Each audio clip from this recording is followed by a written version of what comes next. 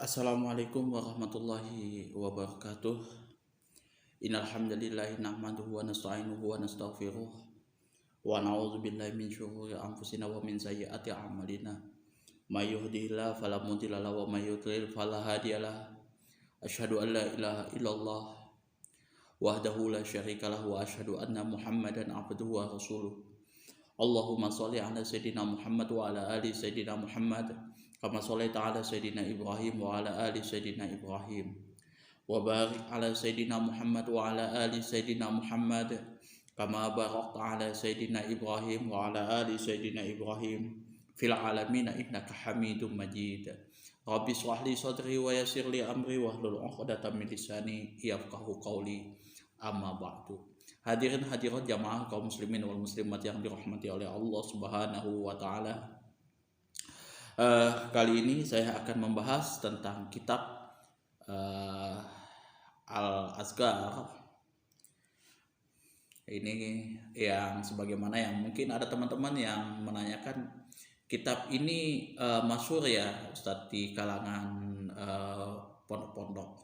Ya seperti halnya di pondok pesantren ada, kalau nggak salah saya lupa itu, saya baca di kolom komentar, beberapa di kolom komentar di Sumatera Utara kalau tidak salah. Ya sebenarnya kitab ini memang masyhur itu. Jadi kitab-kitab yang saya bagikan ke teman-teman, yang saya bahas di dalam channel ini, kitab-kitab yang memang masyhur di kalangan pondok-pondok pesantren, terutama pondok-pondok pesantren yang ada di lingkup Nahdlatul Ulama, ya kan. Seperti itu. Meskipun juga orang NU di dalam melakukan fatwa dan lain sebagainya itu tidak 100% mengikuti daripada kitab-kitab yang ada di kalangan mazhab Syafi'i, karena ada beberapa kondisi dan pertimbangan lain yang mungkin ulama-ulama NU, suatu ustaz NU, kiai-kiai NU itu mengambil pandangan-pandangan dari imam-imam yang lain, seperti itu. Misal di kondisi ini, di lingkungan ini, misalkan kalau kita paksakan Imam Syafi'i tidak seberapa kayaknya kurang,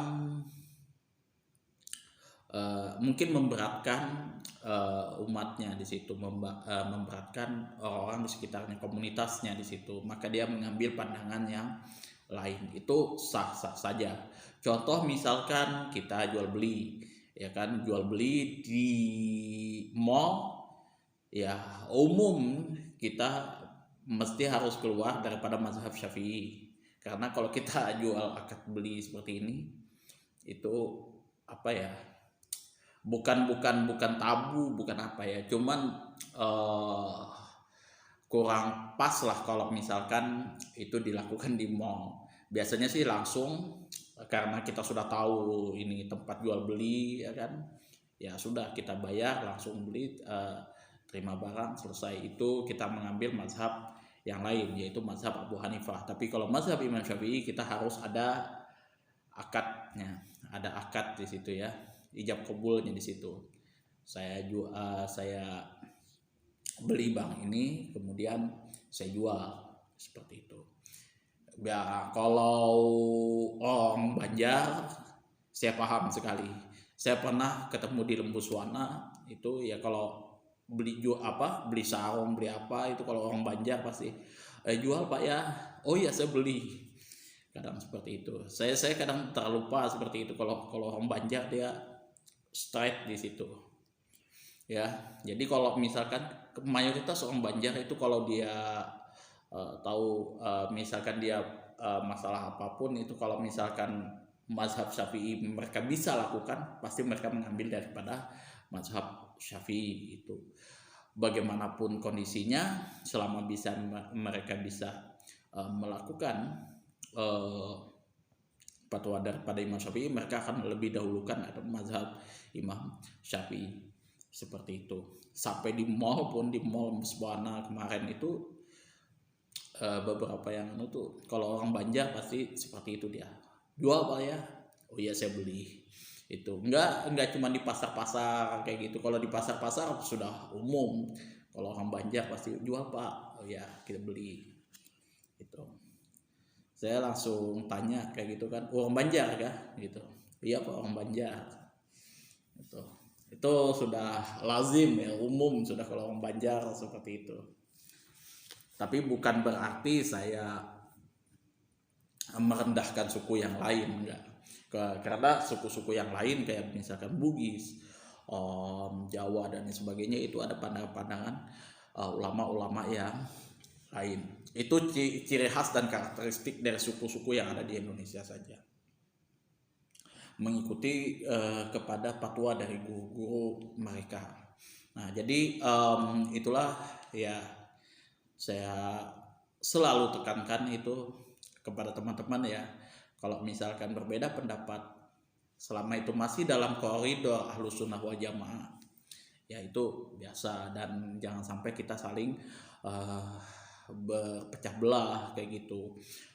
Kemudian saling salah menyalahkan, saling kafir mengkafirkan, ya itu nggak baik lah itu, karena itu bukan daripada ciri khas dari Ahlus Sunnah wal Jamaah. Walaupun di dalam kitab, di dalam beberapa kitab ya memang terjadi gesekan, kritikan, saling kritik mengkritik, saling menjawab kritikan dan sebagainya. Bahkan ada yang berdebat di kitab itu tidak ada masalah. Itu pembahasan teknis dalam menguji kesohihan fatwa pendapat daripada ulama tersebut, dan itu memang lazim itu di dalam satu mazhab sendiri pun itu ya ada perbedaan-perbedaan juga. Contoh yang biasa umum terjadi di kalangan mazhab Syafi'i antara Imam Rafi'i dengan Imam Nawawi itu berbeda pendapat.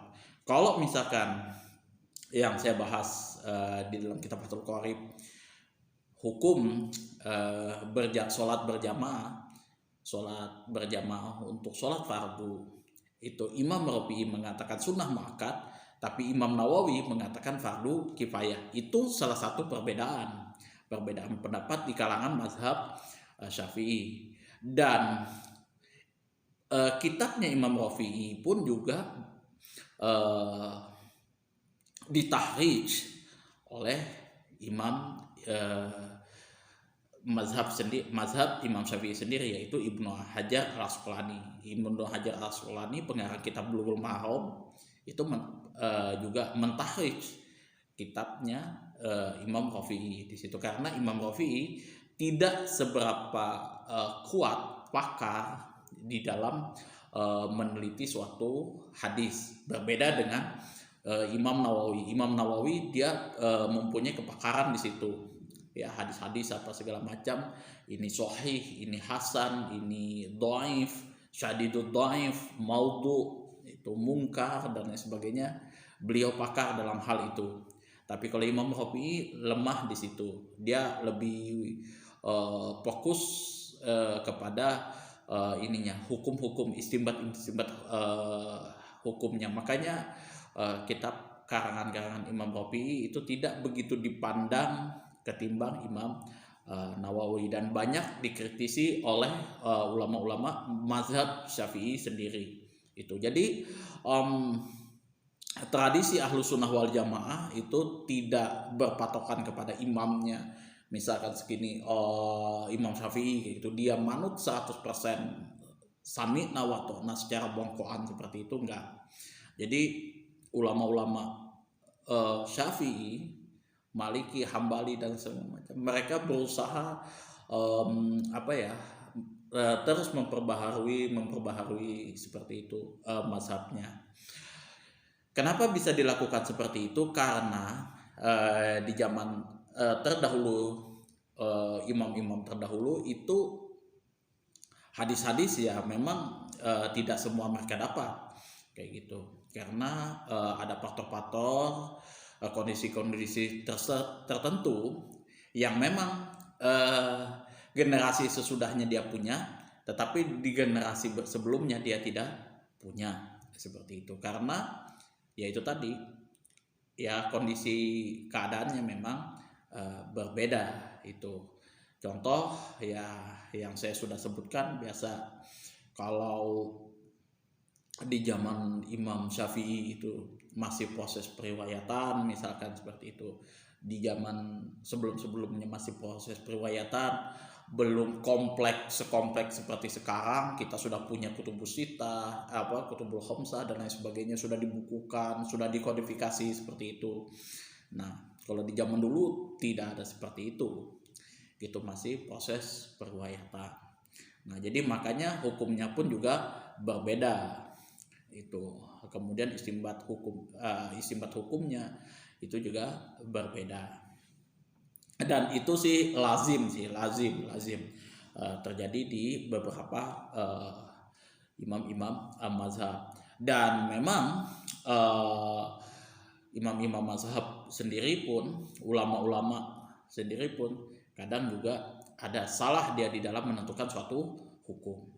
Nah, contoh seperti Imam Malik itu yang banyak dikritisi orang itu waktu beliau memfatwakan bahwasanya amalan Ahlul Madinah itu bisa dijadikan hujah, dan itu tidak diterima oleh mayoritas ulama, terutama Lais bin Sa'ad di Mesir.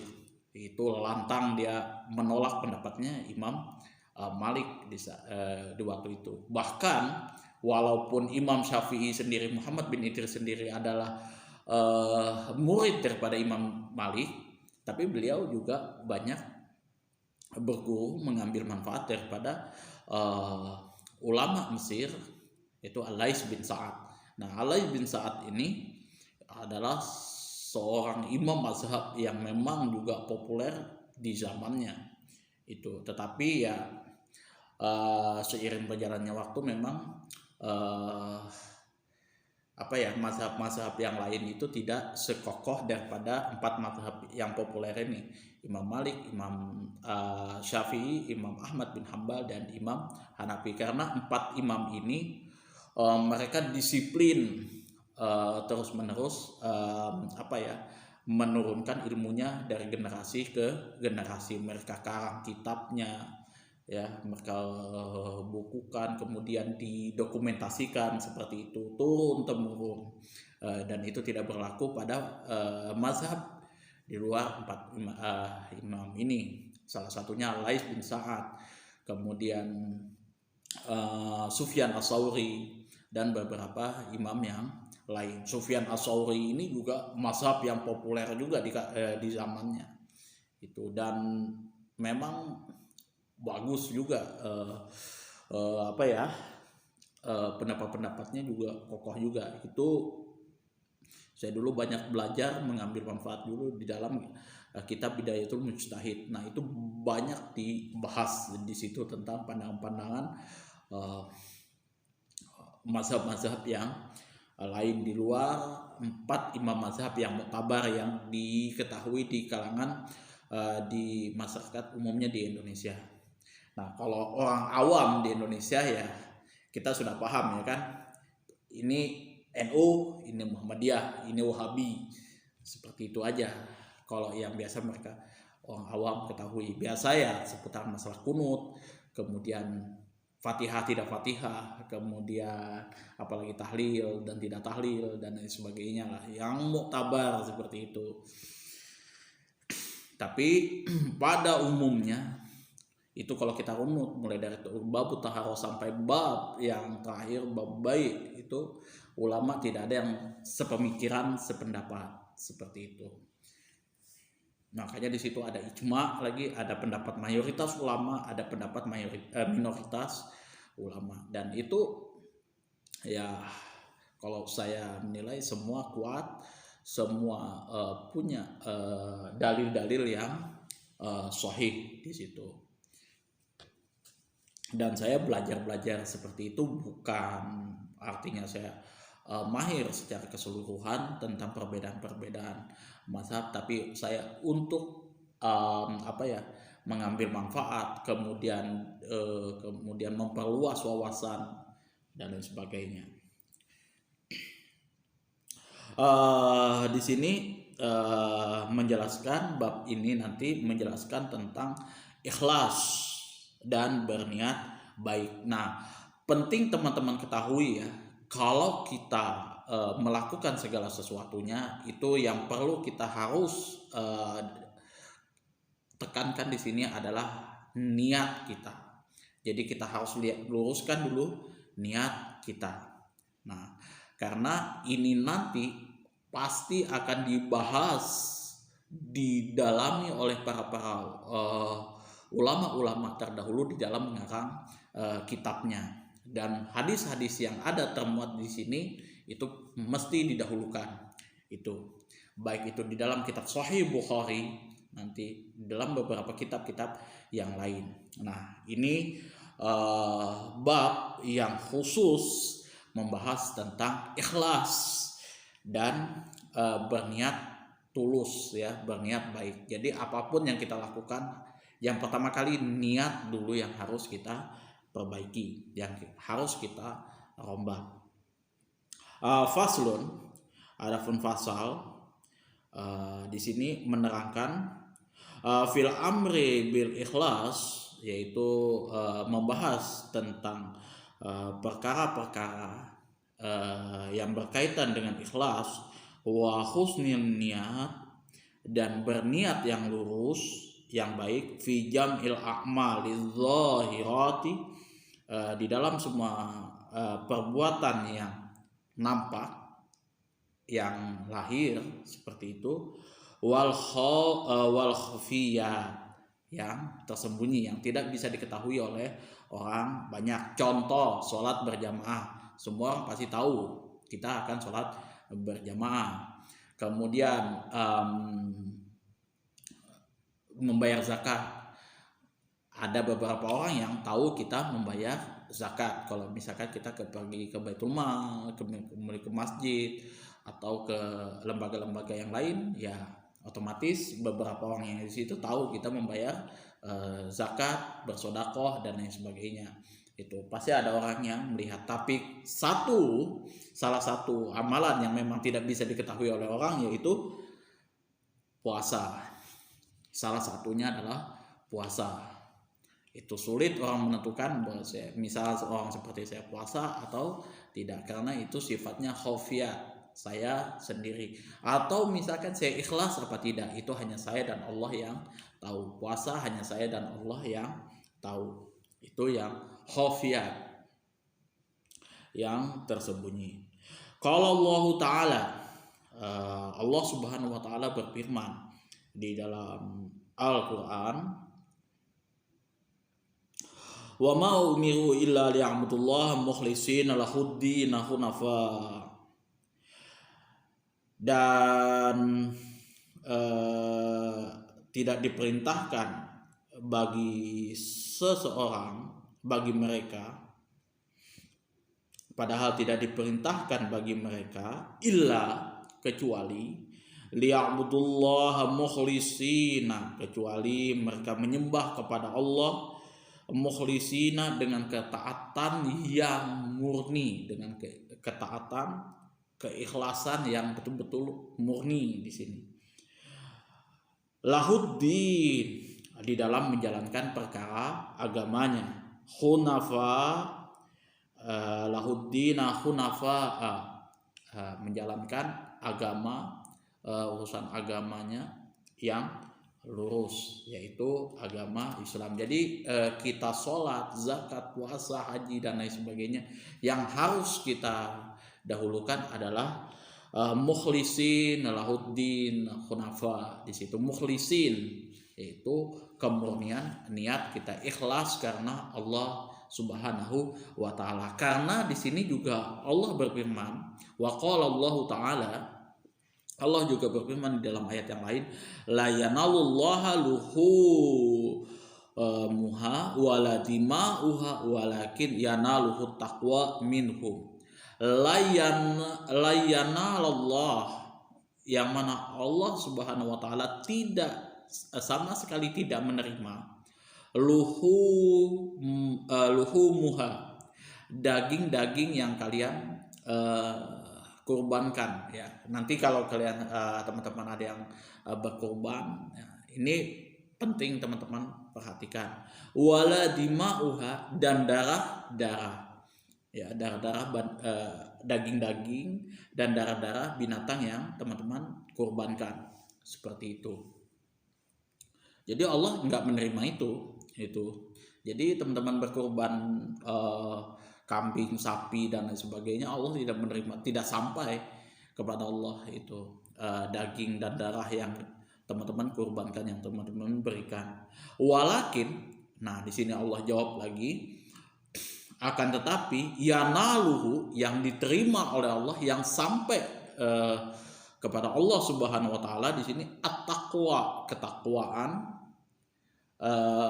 minkum, daripada kalian. Itu makanya Nabi dan Rasul, yaitu Nabi Ibrahim itu ketika dia hendak menyembelih anaknya, maka kemudian dirubah oleh malaikat Jibril menjadi kambing. Nah itulah yang disembelih oleh Nabi Ibrahim. Akan tetapi hakikatnya yang diterima oleh Allah Subhanahu wa taala ketaatan dan ketakwaan daripada Nabi Ibrahim di dalam menjalankan perintah-perintah Allah Subhanahu wa taala. Dan kenapa Nabi Ibrahim digelari Khalilullah? Karena apa? Apapun yang diperintahkan oleh Allah Subhanahu wa taala beliau lakukan. Itu seberat apapun yang beliau tanggung, yang beliau terima. Itu salah satu keistimewaan daripada Nabi Ibrahim. Qala Ibnu Abbasin radhiyallahu anhuma, Imam Ibnu Abbas, sahabat Ibnu Abbas di sini berkata, semoga Allah meridhoi kepada Abdullah bin Abbas.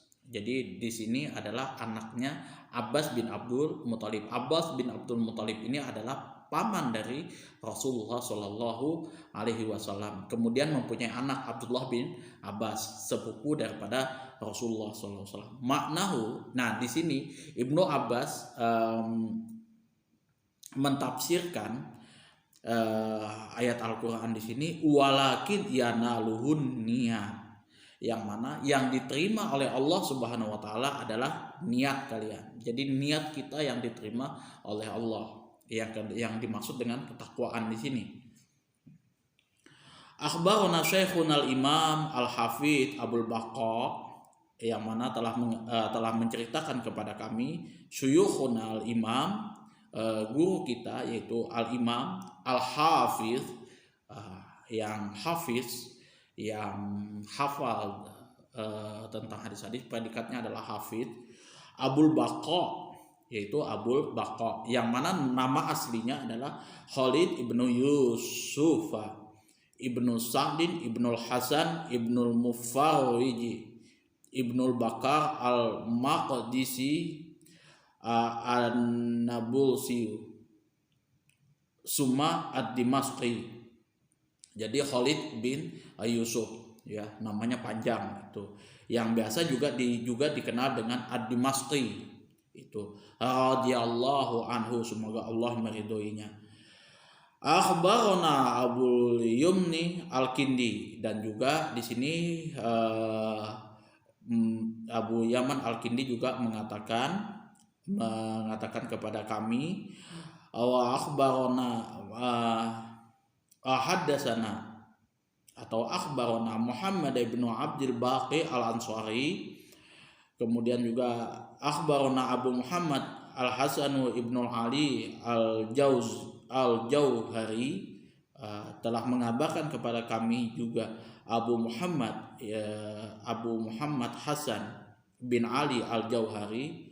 Akhbarana Abu Husain Muhammad ibnu Muzaffar Al-Hafizu, nah telah mengabarkan juga kepada kami Abu Husain Muhammad bin Muzaffar Al-Hafiz. Akhbarana Abu Bakrin Muhammad ibn Sulaiman al-Wasiti telah mengabarkan kepada kami juga Muhammad bin Sulaiman al-Wasiti, haddatsana Abu Nuaimin Ubaid bin Hisham al-Halabiyu dan telah menceritakan juga kepada kami Abu Nuaim Ubay bin Hisham al-Halabi, haddatsana Ibnu Mubariki an Yahya ibnu Sa'idin huwal Ansori, dan telah mengabarkan juga kepada kami Ibnu Mubarak dari Yahya bin Sa'id, yang mana beliau ini masyhur di kalangan para ulama hadis, yaitu Al-Ansori, an Muhammad, yang mana Yahya bin Sa'id ini Ibnu Mubarak mendapat hadis dari Muhammad bin Ibrahim At-Taimi, Muhammad bin Ibrahim At-Taimi, an Alqamah bin Waqqas Al-Laisi, yang mana hadis ini dari sahabat Alqamah bin Waqqas Al-Laisi, yang mana sahabat Rasulullah ini Alqamah bin Waqqas ini mendengar hadis dari sahabat Rasulullah yang lain, yaitu an Umar bin Khattab radhiyallahu an, yaitu dari sahabat Umar bin Khattab, ya, radhiyallahu an, yang mana hadis ini masyhur, bukan masyhur sih, gorib, tapi ya banyak dikenal di kalangan terutama orang NU, ya kan, seperti itu. Nah, di sini posisinya pada waktu itu Umar bin Khattab berkhutbah dengan hadis, ya, menggunakan hadis ini. Qala Umar bin Khattab ini telah berkata, qala Rasulullah sallallahu alaihi wasallam, telah bersabda Rasulullah sallallahu alaihi wasallam, innamal a'malu binniyat, sesungguhnya semua perbuatan itu tergantung kepada niat, wa innamal likulli imri'in manawa, sesungguhnya setiap orang itu akan memperoleh ganjaran, akan memperoleh pahala, akan memperoleh ganjaran baik dan buruk, manawa, sebagaimana yang telah diniatkan oleh seseorang tersebut. Faman kana hijratuhu ilallah wa rasulihi, barang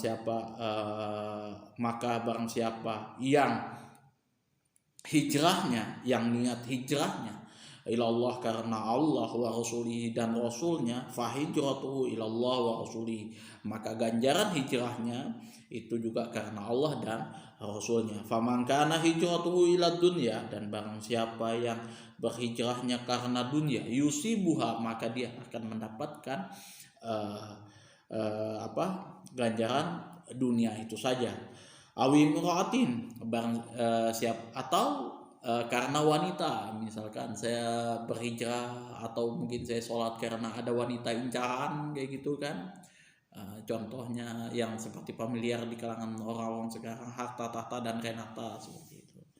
Nah, yang kihuha, maka ia juga akan menikahinya. Tapi enak ya, misalkan kita mau dengan cewek itu, kita langsung dinikahi kayak gitu, enak juga gitu. Tapi ya maksudnya ya sebatas itu saja, itu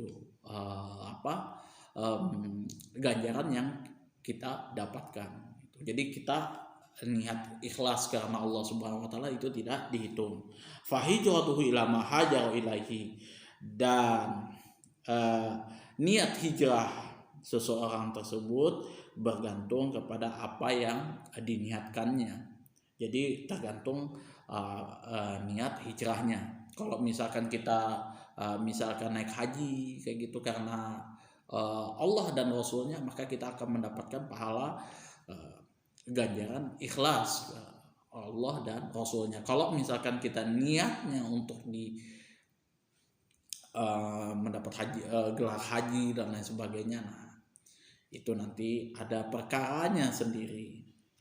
sampainya ya cuman sampai di situ. Berhubungan ya kalau misalkan masalah dunia ya dunia saja. Seperti itu ya maksud daripada hadis ini, dan ini sudah banyak dipelajari di kalangan masyarakat awam ya kan.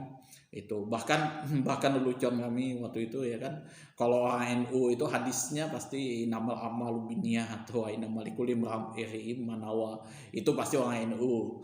Nah kalau misalkan yang berbicara masalah bid'ah dan lain sebagainya, oh ini kalau nggak Muhammadiyah Wahabi, seperti itu ya kan. Tapi nggak seperti itu juga, karena ini ya NU dan Muhammadiyah pasti punya dalil-dalil yang lain seperti itu. Mereka juga punya kitab Sahih Bukhari, Sahih Muslim, dan beberapa kitab yang lain. Tapi itu ya darjok kami lah dulu waktu masih di pondok kan, seperti itu. Hadza hadisun sahihun.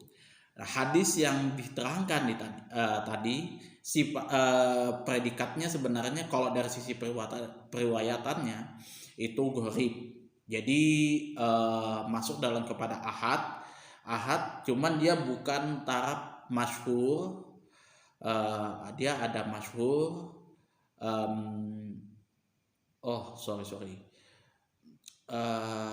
masyhur sama gharib kalau nggak salah.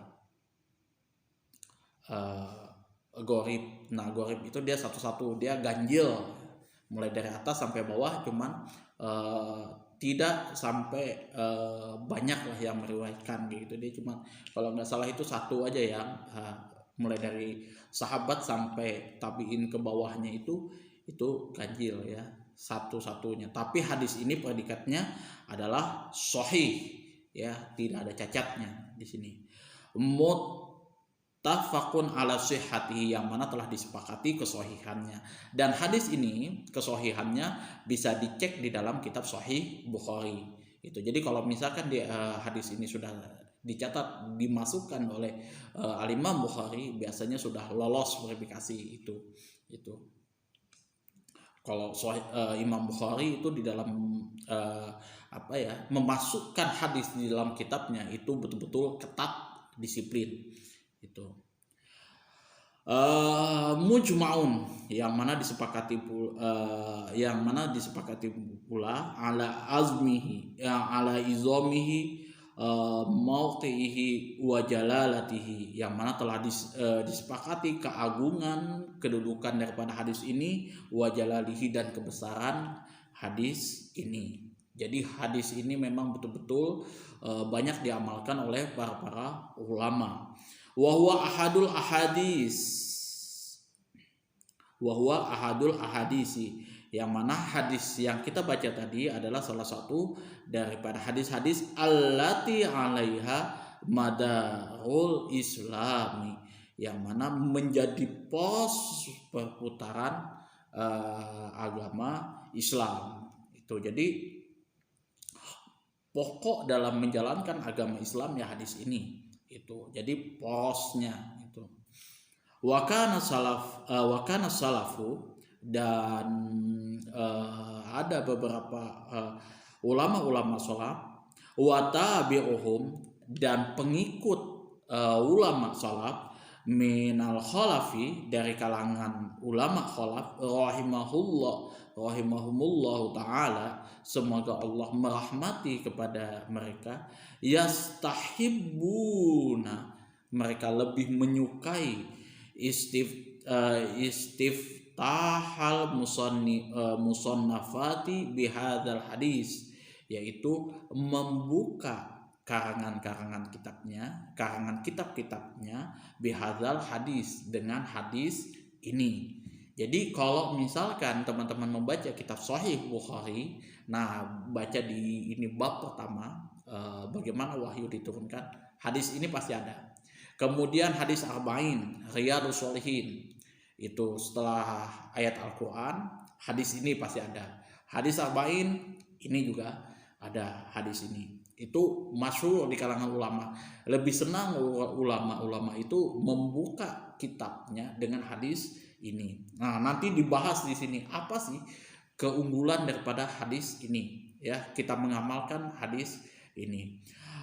tanbihan sebagai pengingat lil mutali'i bagi para pelajar, para santri, para pembaca ala husnin niyati untuk memperbaiki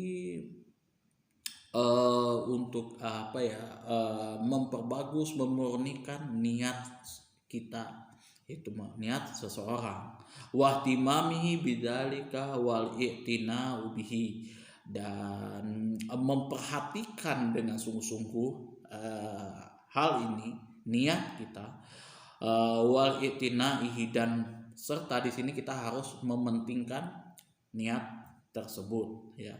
Hadis, terutama hadis ini.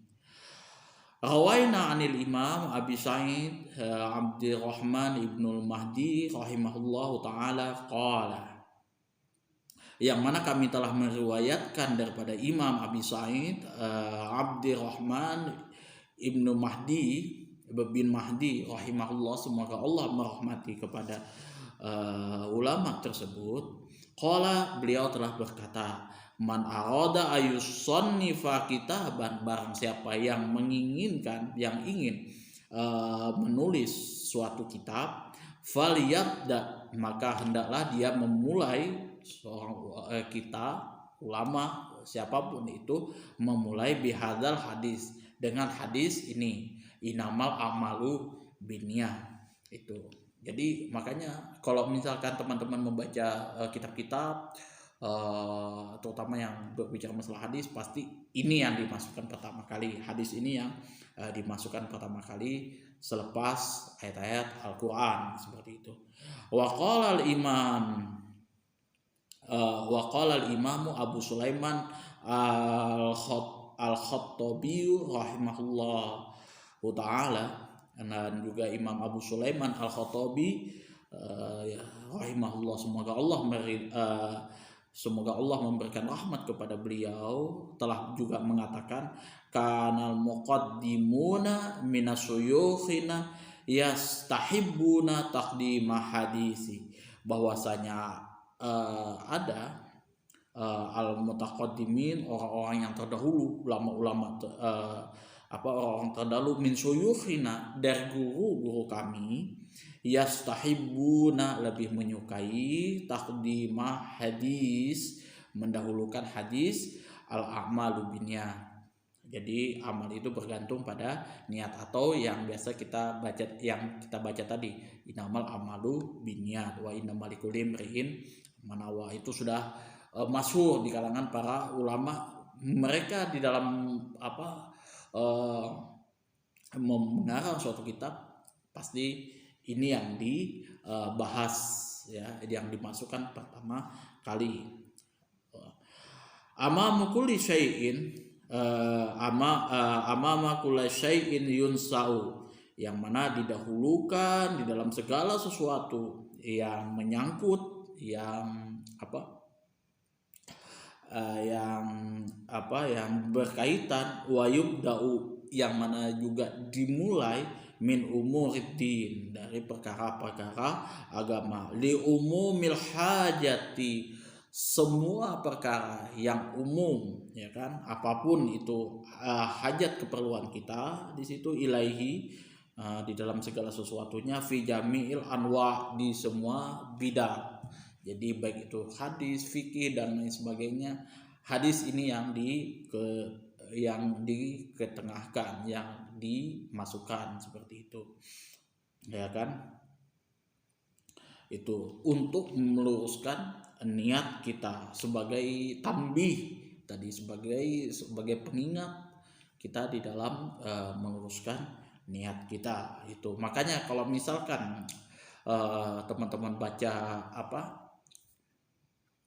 sejarahnya pengarangan kitab-kitab ulama sekelas Al-Mawardi, itu dia tidak mempublish kitab-kitabnya. Jadi kitab-kitabnya itu dia sembunyikan kayak gitu, yang sudah dikarangnya, termasuk kitab Al-Hawil Kabir, itu kitab yang populer di kalangan mazhab Syafi'i, ulama mazhab Syafi'i. Itu sebenarnya dipublishnya itu ketika beliau sudah meninggal, dan pada waktu itu kalau tidak salah dia melepaskan tangan seperti ini.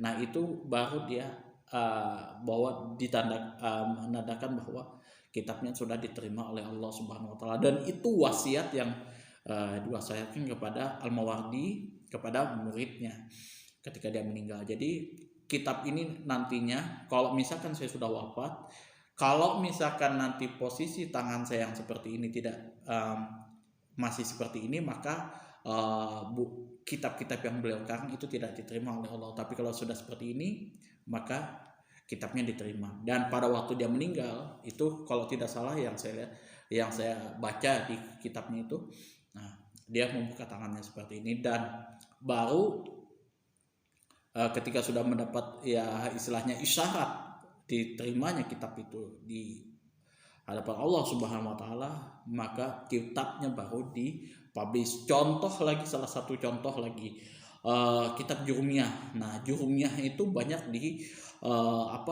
banyak dipelajari di kalangan orang pesantren.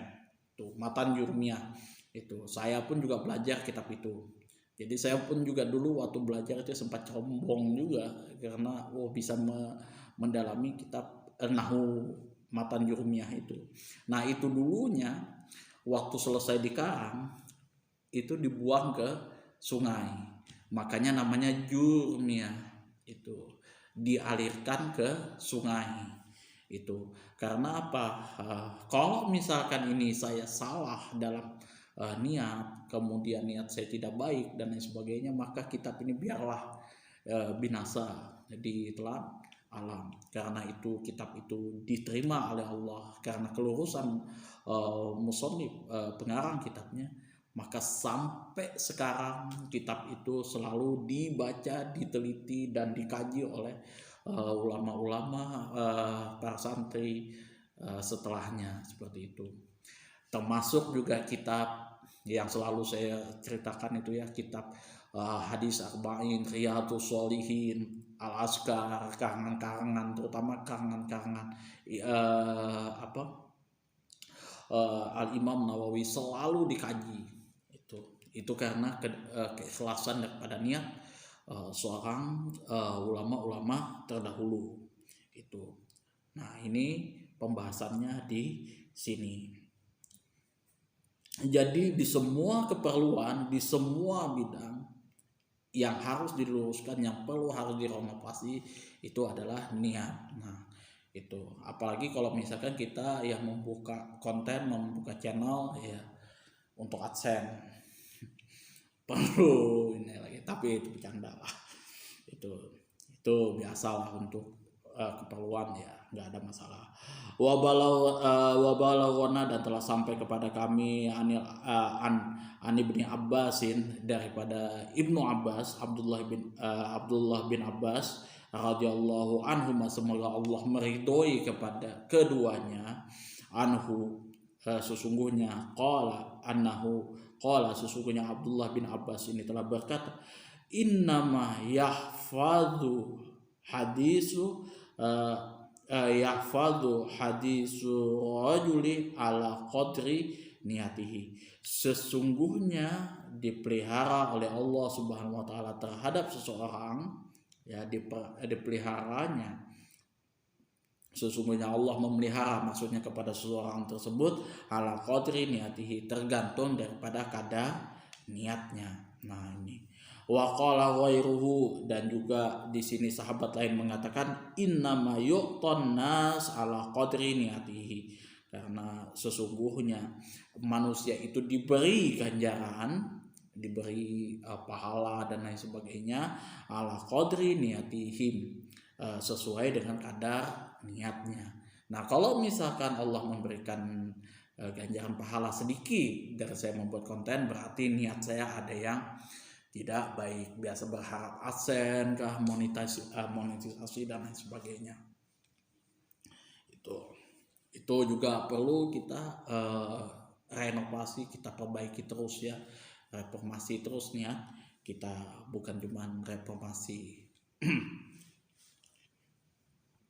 Wa rawaina anis Sa'idi al-Jalili Abi Al-Fudaili ibn Iyad radhiyallahu anhu qala sebagaimana di sini dan juga telah diriwayatkan dari As-Sa'id Al-Jalil Abu Ali Al-Fudail bin Iyadin radhiyallahu an, semoga Allah meridhoinya, qala telah berkata, tarkul amali.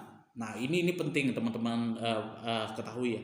Tarkul amali, meninggalkan segala macam perkara, li ajlin nas, karena manusia, riyaun, termasuk riya. Jadi kita meninggalkan maksiat nih karena ingin dipandang oleh manusia gitu, ingin dipandang alim oleh orang kayak gitu, maka hukumnya termasuk riya itu ya, pengen dilihat oleh Allah, pencitraan maksudnya seperti itu, bukan yang lain nih ya, bukan membahas masalah politik yang lain. Ini kita aja nih, sama kita ini termasuk dalam kategori riya. Tapi ini juga kalau orang seperti misal contoh Baim Wong, misalkan dia membuat konten bagi-bagi sembako, bagi-bagi apa segala macam, itu bukan masuk loh ya. Itu bukan masuk. Itu nanti ada hadisnya lagi, barang siapa yang menggalakkan kebaikan apa segala macam dan dia diikuti oleh beberapa orang pengikutnya, subscribernya apa segala macam, dia akan mendapat pahala sebagaimana yang telah. Nah, itu beda lagi, itu beda kasus ini ya. Jadi jangan sampai teman-teman berarti Baimmu nggak ikhlas dong. Bukan, ini masalah hati masing-masing, hanya kita dan Allah yang tahu. Nah, ini yang harus kita yang perlu harus kita perhatikan ya, tanpa tengok kanan kiri ya, kesalahan orang kanan kiri. Wal amalu di ajlin nas syirkun, mengerjakan segala sesuatu karena manusia itu adalah syirik.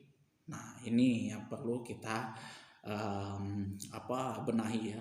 Kalau kita misalkan mengamalkan segala sesuatunya, sholat kah, tarawih ke apa segala macam, kita bersedekah dan lain sebagainya di situ karena manusia, nah itu maka hukumnya adalah syirik. Dan ini yang menentukan bukan kita sesama manusia, tapi Allah yang tahu. Wal ikhlasu, dan ikhlas, ayyu'afiyakallahu minhuma, yang mana ikhlas itu semoga Allah menyelamatkan kita, menyelamatkan kamu minhuma, daripada keduanya, daripada syirik dan riya tadi itu. Jadi ini yang perlu diperhatikan. Kalau misalkan kita meninggalkan segala sesuatu yang dilarang oleh Allah karena manusia, maka hukumnya adalah riya. Dan kita mengamalkan segala sesuatu yang diperintahkan oleh Allah karena manusia, maka hukumnya adalah syirik. Nah, semoga Allah menyelamatkan kita daripada kedua hal tersebut. Wa qala al-Imam al-Haris al-Muhasibi rahimahullahu taala, dan juga al-Imam Haris al-Muhasibi telah berkata, di sini telah berpendapat rahimahullahu taala, semoga Allah memberikan rahmat kepada as-shadiqu, orang-orang yang benar, orang-orang yang shadiq. Di sini huwa alladzi yubalighu, ialah orang yang tidak memperdulikan, yang tidak mengindahkan, kalau misalkan seumpamanya hajakul di qadrin lahu fi qulubil khulqi, yang mana keluarnya dari mulut manusia itu kullu qadrin, semua kadar, sesuai dengan kadar, fi qulubil khulqi, di dalam hatinya makhluk, min ajli silahi qalbihi, karena memelihara hatinya. Jadi orang-orang yang shadiq, yang memang benar-benar lurus di dalam menjalankan agamanya, itu tidak memperdulikan apa yang keluar dari mulut manusia itu, yang mana dia menjalankan semua perintah Allah, menjauhi segala larangannya, murni karena memelihara hatinya, menjalankan agamanya karena Allah dan Rasulnya. Wala yuhibbu, dan mana seseorang tersebut tidak menyukai, orang yang shadiq itu tidak menyukai al-itlaqun nas, menampakkan segala sesuatunya kepada manusia ala misaqilid dzarri min husni amalihi, walaupun sekecil biji zarah ini atom lah kalau bisa dikatakan, yang mana hanya bisa dilihat oleh mikroskop. Sekecil itu mereka tidak ingin menampakkan kepada manusia min husni amalihi, dari perbuatan baiknya. Walayaqahu, akan tetapi juga dia tidak membenci ayutolli'a, yang nampak ayutolli annas, yang nampak pada pandangan manusia, ala buruknya min amalihi, daripada perbuatannya, seperti itu. Jadi kalau misal mungkin orang beranggapan bahwa dia berbuat jahat, dia tidak memperdulikan seperti itu, dan dia tidak membenci seperti itu ya. Dia juga tidak ingin dipuji amalan baiknya, dan juga dia tidak mau dipuji juga, dibenci juga karena dia telah istilahnya berbuat jahat lah, mungkin seperti itu ya kan. Tapi bukan berarti orang yang berbuat jahat seperti ini, enggak seperti itu ya. Tapi ya kalau orang yang menganggap dia jelek, tidak berpuasa segala macam ahli maksiat, ya dia tidak membenci itu, tidak memperdulikan itu. Yang dia fokus di sini adalah bagaimana penilaian Allah dan Rasulnya kepada dirinya, dan dia murni mensucikan hatinya daripada hal-hal seperti itu, syirik dan riya itu. Apalagi di sini kalau berbicara masalah adsen ya kan. Wa an Uzaifah al-Maraisi rahimahullahu taala, dari Uzaifah al-Maraisi rahimahullahu taala, semoga Allah merahmati kepada beliau, qala, telah berkata. Nah, di sini ikhlas itu ayastawil af'alul abdi fil zahiri wal batini, yaitu seimbangnya perbuatan seorang hamba itu, baik dalam lahirnya dia mengerjakan amalan-amalan yang lahir, wal batini, dan batinnya. Jadi kalau misalkan seseorang itu sholat, puasa, zakat, haji,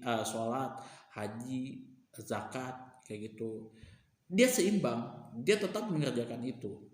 Dan ketika dia berpuasa, mengerjakan amalan-amalan yang tidak nampak, ya dia menjalankan seperti itu.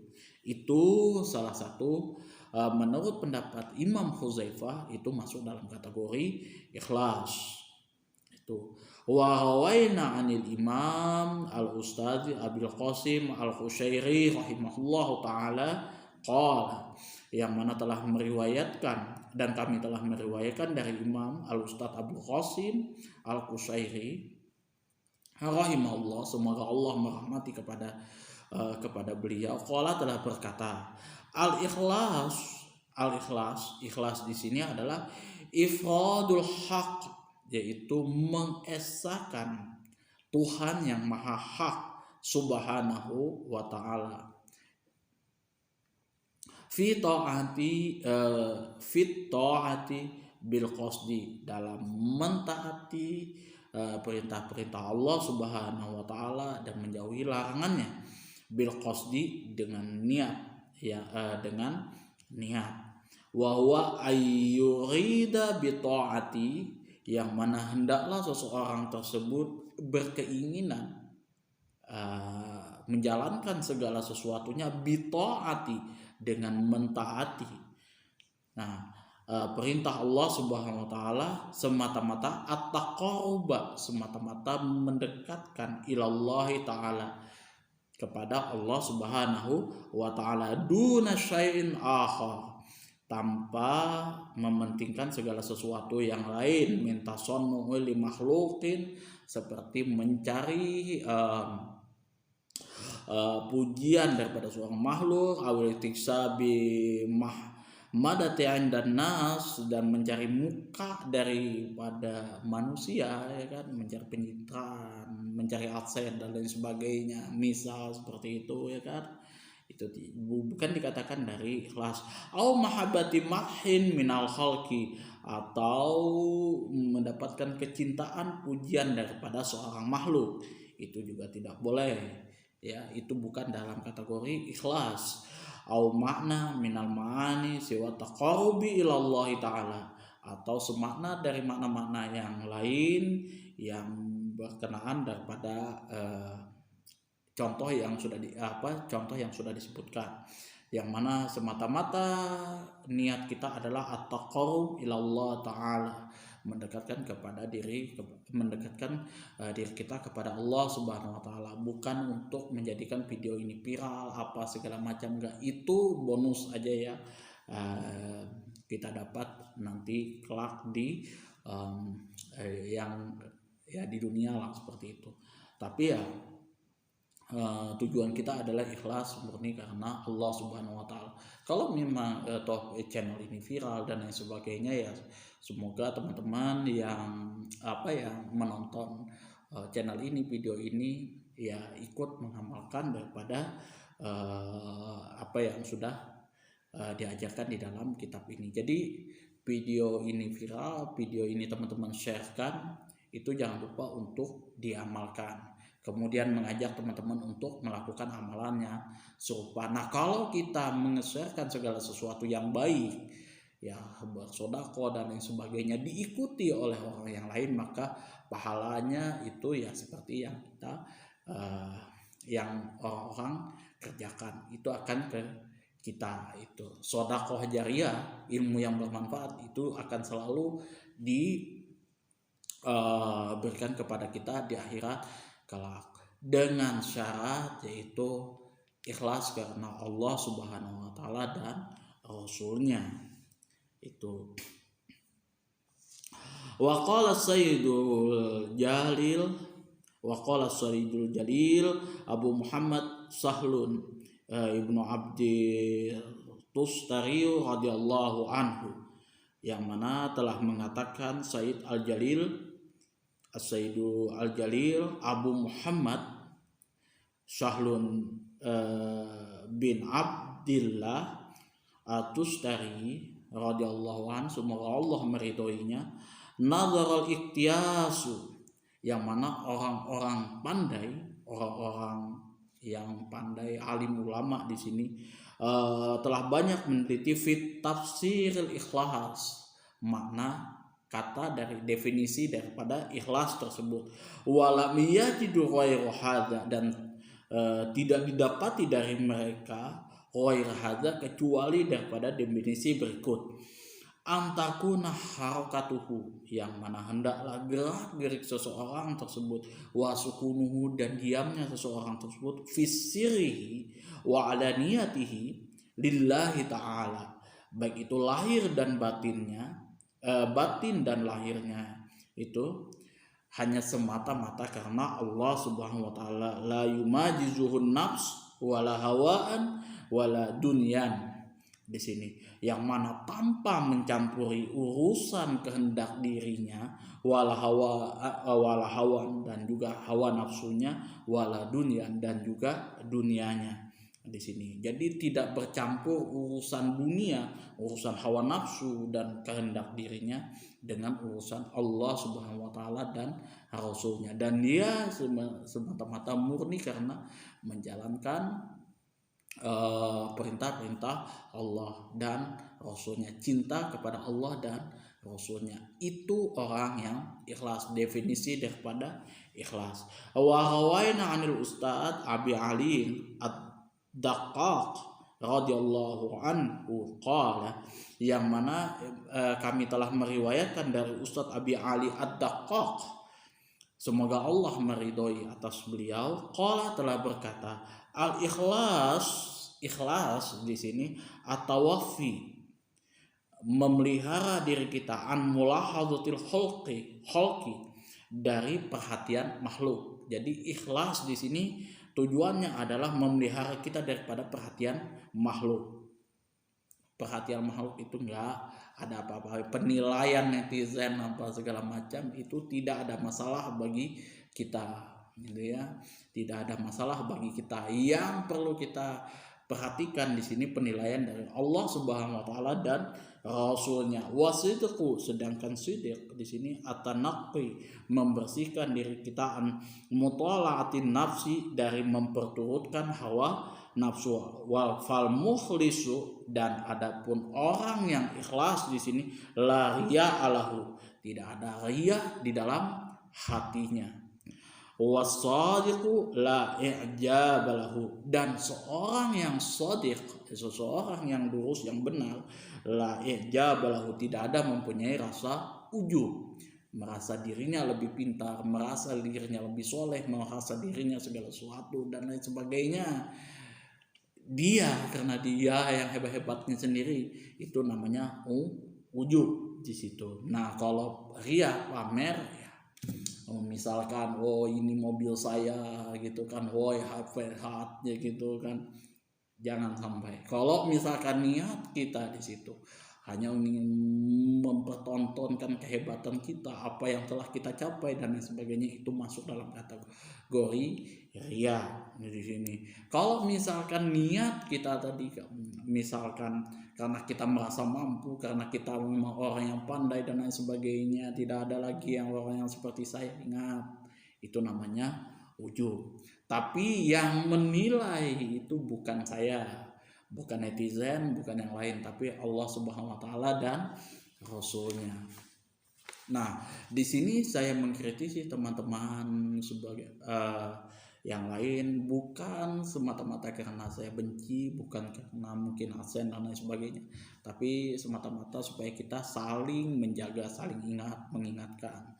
Itu karena kunci daripada itu hati hanyalah Allah Subhanahu wa taala dan Rasulnya yang tahu. Itu ya, Allah Subhanahu wa taala yang maha tahu dengan kondisi hati kita. Itu anzil wa an Zilnuni rahimahullahu ta'ala. Nah, ini salah satu ulama yang besar juga, yaitu Zunun Al-Masri. Zunun Al-Masri ini ulama besar juga. Mungkin teman-teman, ya saya juga awam juga ya, Zunun Al-Masri ini seperti itu. Tapi Imam Nawawi juga di sini mengutip sumber daripada ulama Zunun Al-Masri rahimahullahu ta'ala, semoga Allah merahmati kepada beliau. Qala telah berkata, salasun, 3 macam, min alamatil ikhlas, dari ciri-ciri seseorang tersebut ikhlas apa tidak, itu ada 3 macam ya. Nah, disebut yang pertama al-istiwa ul madhi wa dzammi minal amati, seimbangnya pekerjaan tersebut, yang mana bisa jadi itu dipuji, al-madhi, mendapat pujian dari seseorang, wazimi, dan hinaan dari seseorang, minal am, dari orang awam atau netizen lah katakan. Ada yang pro, ada haternya, kayak gitu kan, seperti itu. Nah, kalau misalkan dia seimbang, hater biasa, yang pro juga biasa, kayak gitu kan, dia seimbang seperti itu salah satu ciri daripada orang yang ikhlas. Wa nisyanu ru'yatil a'mali fil a'ma, yang mana kita beribadah, menjalankan segala sesuatunya, menjauhi segala sesuatunya, itu tanpa pamrih sedikit pun, karena ikhlas semata-mata pada Allah, karena Allah mencari ridho Allah Subhanahu wa taala. Itu wal iqtida'u sawabil amali fil akhirati, dan yang ketiga, itu yang pertama tadi, beramal tanpa pamrih. Nah, seimbang antara pujian dan hinaan dari orang awam. Yang ketiga di sini wal iqtida'u sawabil amali fil akhirah, yang mana hanya mengharapkan pahala dari suatu amalan yang kita kerjakan fil akhirah, kita dapatkan nanti ganjarannya di akhirat. Itu 3 ciri daripada seseorang yang ikhlas. Yang pertama, seimbang dia melakukan segala perbuatan, mau itu dipuji atau dicela, daripada orang yang awam. Kemudian dia beramal tanpa pamrih, kemudian hanya mengharapkan pahala dari semua yang dia kerjakan di akhirat kelak. Warawaina anil Qushairi rahimahullahu taala, yang mana kami telah meriwayatkan daripada seorang ulama Al-Qushairi yang bernama Qushairi rahimahullah, semoga Allah merahmati kepada beliau, qala telah berkata, aqallu sidqi al-istiwa'u as-sirri wal alaniyah. Paling sedikitnya seseorang yang dimasuk kategori sidq di sini, al-istiwa'u seimbangnya antara as-sirri perbuatan yang tersembunyi, ya kan, perbuatan yang tersembunyi, wal alaniyah dan lahirnya itu. Jadi perbuatan yang tersembunyi itu yang hanya diketahui kita dan Allah saja, itu dia seimbang. Perbuatan yang zahirnya dia juga hanya kepada Allah Subhanahu wa taala yang dia harapkan, itu dia seimbang. Itu salah satu paling sedikitnya kategori daripada orang yang siddiq. Wa an Sahli Tustari, dari ulama yang masyhur juga di sini, Sahlin Tustari, beliau mengatakan la yasamu raihatas sidq, yang mana di sini beliau mengatakan penting ini kalau untuk teman-teman kita ketahui, tidaklah kita meresapi baunya, nikmatnya, sifat daripada siddiq itu abdun, seseorang hamba, zahanan nafsu au ghairahu, yang mana dia berdiplomasi ini apa ya, apabila seseorang itu berdiplomasi bertoleransi terhadap dirinya atau orang lain, ya, menoleransi dirinya dan orang lain. Jadi ya kita ya urusan kita, urusan orang lain ya orang lain, kita ya intinya itu apa, kalau kita mengharapkan segala sesuatunya tadi, apa yang kita perbuat karena diri kita dirasa oleh orang hebat, kemudian yang merasa orang lain rendah, mengharapkan pujian-pujian orang, itu kita tidak akan merasakan sifat daripada sidq.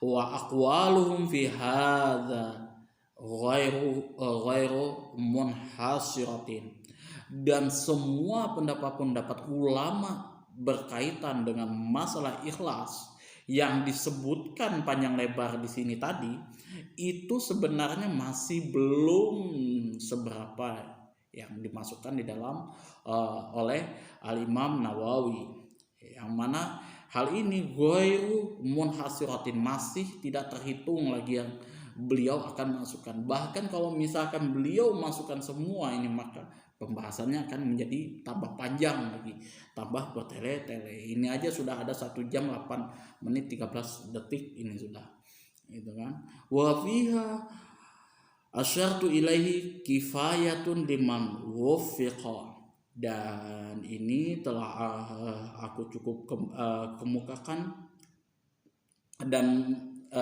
menurut Imam Nawawi di sini sudah cukup menjadi pegangan yang kokoh liman wuffiqa, bagi orang-orang yang mendapat taufik dari Allah Subhanahu wa taala. Jadi di dalam pembahasan kitab Al-Azkar ini panjang lebar dibahas masalah ikhlas dan memperbaiki niat kita, mereformasi niat kita itu harus diperhatikan, dijadikan dijadikan tolak ukur kita di dalam beribadah, beramal apapun itu, baik itu urusan perkara dunia ukhrawi, ya kan, masalah agama ataupun masalah dunia kita. Teman-teman mungkin ada yang ya mayoritas semuanya bekerja untuk menafkahi keluarganya kayak gitu, menafkahi anak istrinya, saudaranya dan lain sebagainya. Tujuannya satu, itu hanya kepada Allah dan Rasulnya, mengharapkan ridho Allah Subhanahu wa taala dan Rasulnya. Itu yang akan menjadikan kita selamat nanti di akhirat. Jangan sampai kita menjadi orang yang rugi. Nah, semua pengertian di sini tolak ukur daripada ikhlas kita mengukur diri kita ikhlas apa enggak. Ini sudah dijabarkan di dalam kitab Al-Azkar bab yang pertama kali, yaitu ikhlas dan meluruskan niat kita, baik itu dari perkara yang nampak dilihat oleh orang dan tidak nampak dilihat oleh orang. Mohon maaf yang sebesar-besarnya apabila ada kata-kata yang salah yang menyinggung hati teman-teman semua. Saya menegur teman-teman semua bukan karena saya benci, ya kan? Baik itu secara personal saya sebutkan, saya kasih contoh seperti ini, bukan saya membenci, bukan berarti orang tersebut salah, tetapi ya saya hanya sekedar mengingatkan itu, karena apapun yang dilakukan, kesalahan yang dilakukan oleh seseorang tersebut bukan berarti dia murni melakukan kesalahan tersebut, bukan berarti dia memang betul-betul karena dia bermaksiat kepada Allah. Mungkin yang paling penting di sini adalah dia tidak tahu, dia tersilap dan lain sebagainya. Itulah kita saling koreksi mengoreksi. Bukan tidak mustahil, saya sendiri pun melakukan hal seperti itu. Niat saya pun juga tidak lurus. Bisa jadi saya ingin dimonetisasi, ingin ingin mendapatkan aksen, ingin video saya viral seperti itu, duit saya tambah berlimpah kayak gitu. Kemudian niat saya yang lurus menjadi melenceng. So itu semua urusan kita masing-masing, urusan kita dengan Allah Subhanahu wa Ta'ala.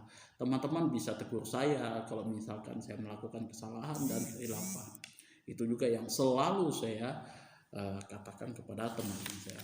Akhir kalam, assalamualaikum warahmatullahi wabarakatuh.